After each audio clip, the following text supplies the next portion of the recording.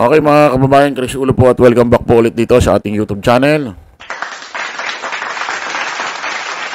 Tuluyan na pong nagpaalam itong si dating pulis, dating SPO4, dyan ho sa SWAT, dyan sa Philippine National Police. At the same time, abogado. At alam ko, naging hukom din. Tuluyan na ho nagpaalam itong si NBI Director Jimmy Santiago dyan ho sa NBI. Okay, kung matatandaan nyo mga kababayan, mga nakaraang linggo or buwan ay nagpasa na ho ng resignation itong si NBI Director Jimmy Santiago or Jaime Santiago, no, dahil ho sa iba't ibang issue na hindi niya ho kayang matanggap. Pero natagalan ho ang kanyang pag-alis ho dyan sa kanyang posisyon, dyan sa kanyang pwesto, dyan sa NBI, dahil ho hindi naman daw niya ho iiwanan, aalisin bigla-bigla ang kanyang posisyon sa NBI hanggat wala hong nakikitang kapalit si Pangulong Bongbong Marcos para sa kanyang pwesto. Although yung resignation niya, naipasa niya na ho kay Pangulong Bongbong Marcos. Ngayong araw na ito, mga kababayan, ay tuluyan na ho nagpaalam si, tawagin na ho nating ex or dating NBI Director, Jimmy Santiago. Tuluyan na ho nagpaalam. Iniwan niya na ho ang kanyang pwesto. Dahil ho, mayroon na hong papalit sa kanya. Pero hindi ho talagang director. Ano ho muna OIC. Or tinatawag kong officer in charge. Basahin ho natin tong report. New NBI chief. Itinalaga si Assistant Director Angelito Lito Magno bilang officer in charge ng National Bureau of Investigation.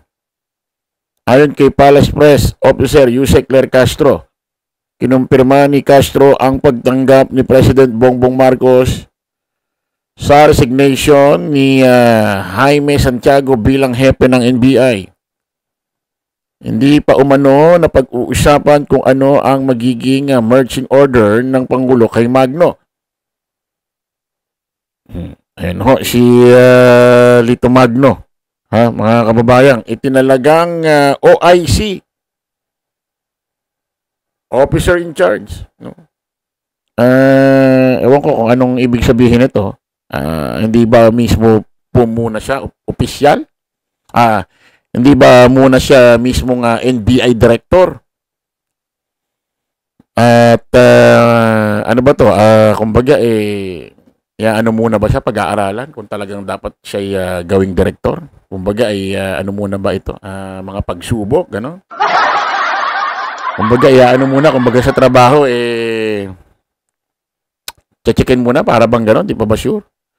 Although dati na pala talagang taga-NBI ito, si Sir Magno. Ayan itinalaga si Assistant Director. Assistant Director Angelito Lito Magno. Assistant Director, ibig sabihin, ano pala ito? Mga nasa baba ni Director NBI Santiago. Kumbaga parang mga deputy niya yata ito. Alam na, kabisado na rin ang trabaho. Pero hindi natin alam ba't OIC po muna. Or meron bang hinihintay si Pangulong Bongbong Marcos na ilalagay talaga dyan bilang director? Kaya ba OIC muna itong si Assistant Director Angelito Lito? Mga kababayan, hindi ko maalis Talagang hindi ko nawawala ng pag-asa ang ating mga kababayan Talagang ewan ko ba bakit talagang naiduktong na dire-diretso itong pangalan ho ni dating PNP Chief Nicolas Torre III dito sa ahensya ho ng NBI na kung saan kasi nung nakarang putok na putok ho talaga ang balita na kung saan ay si dating PNP Chief General Nicolas Torre III ang papalit talaga sa posisyon ho ni NBI Director Jaime Santiago. Yun ho talaga ang pinakamainit na usapin. Hanggang ngayon ho mga kababayan, talagang hindi pa ho maputol-putol ang usaping ito. Lalo na ngayon, parang OIC muna yata itong si Angelito Lito ng NBI. Para bang ang dating meron pa talagang iuupo. Pipiliin si Pangulong Bongbong. At hanggang di niya pa nauupo, officer in charge muna itong si Sir Angelito Lito. Pakinggan nga natin itong nagbitaw na mismo, itong si NBI Director Jaime Santiago, kung anong mga sabi niya ho sa kanyang pagbibitiw. Pakinggan nga ho natin. Ayoko magsabi kung sino, baka makuryente ako. No? But definitely, an order will come out within the day, tomorrow, or basta within the week. So, maraming salamat sa inyo. Hayaan nyo sumaludo ako sa inyo sa huling sandali.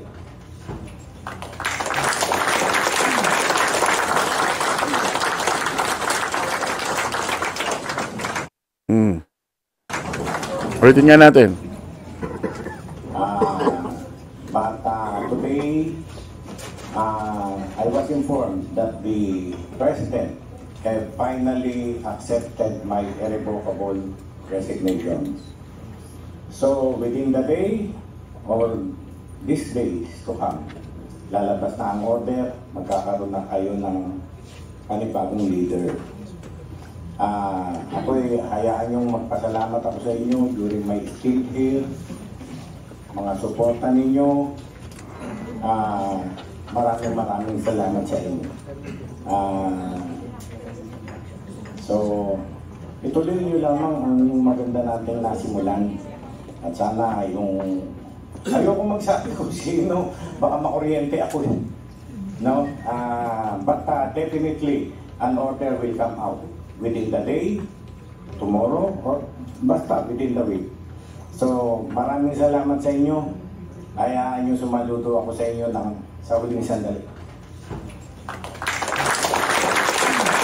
Yan mga kababayan, according kay tawagin nating ex or dating NBI Director Jaime Santiago, within the day, today or tomorrow, parang kanta yun malalaman na raw ho ng sambayan ng Pilipino kung sino ho ang magiging bagong NBI Director. Ito ho yung talagang pang buong Pilipinas, Luzon, Visayas, Mindanao. Hepe mismo ng NBI, kung sino ang papalit sa kanya. Hindi ho natin alam kung ang tinutukoy niya ho rito yung officer in charge na, yung pumalit sa kanya. Pero hindi pa kasi director ang tawag, officer in charge. Kumbaga, in charge ka muna. Siguro hanggat wala pang napipili mismong director. Hindi ko natin alam kung ano ibig sabihin dito ni dating NBI Director Jaime Santiago na yung papalit sa kanya, mababalitan sa mga susunod na araw. Kung ito na yung COIC Angelito Lito. Or meron talagang mismong i-appoint or pasabog etong si Pangulong Bongbong Marcos. Kasi mga kababayan, napaka-importante ho nitong NBI kung sino talaga mismo magiging director kapalit ho ni dating NBI Director Jaime Santiago. Kasi alam niyo naman, mabibigat ang mga hinahawakang kaso ho ngayon ng National Bureau of Investigation sa Administrasyong Marcos. Sama na ho natin dyan yung mga nakaraang issue kaso pa. At especially ngayon ho, yung maanumalyang flood control na kung saan iba't ibang individual ho. Mga engineer, mga kontratista, mga nasa Congress, nasa House of Representatives, mga nasa Senado. Di ba nabalitaan yung nakaraan, yung mga NBI inirekomenda na nakasuhan itong mga iba't ibang individual. Politiko, ayun nga, kontratista, mga ininyero. So, magiging mabigat ho ang magiging pasanin ho ng papalit. Matinding hamon. Bakit kasi according sa ating mga nababalitaan, kung gugustuhin daw talaga ho ni Pangulong Bongbong Marcos, etong si dating PNP Chief, General Nicolas Torre III, ay maupo bilang OIC or bilang NBI director siya dito sa NBI, po pwede raw ho talaga. Kayang-kaya daw ho talaga, mga kababayan, mga ka-analyze. Kung gugustuhin talaga ni Pangulong Bongbong Marcos, aba, kung mangyayari, naku, mukhang history yan. Isipin nyo, si dating PNP Chief General Nicolas Torre III, naging PNP Chief ho, kauna-unahang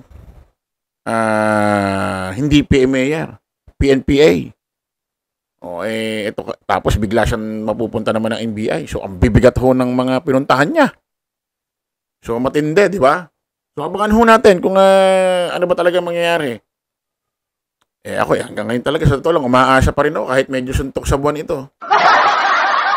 Pero, suportahan ho natin mga magiging desisyon ho ni Pangulong Bongbong Marcos. Kung sino talaga mismo ang i-appoint niya bilang NBI director, or ito na talagang si OIC or Assistant Director na si Angelito Lito. Kung okay naman to, walang problema. Kung magaling din, di ba? Okay na yan. Siya na ang maging director. So mga kababayan, maraming salamat po. Kita-kita tayo ulit sa panibagong vlog. Bye-bye po.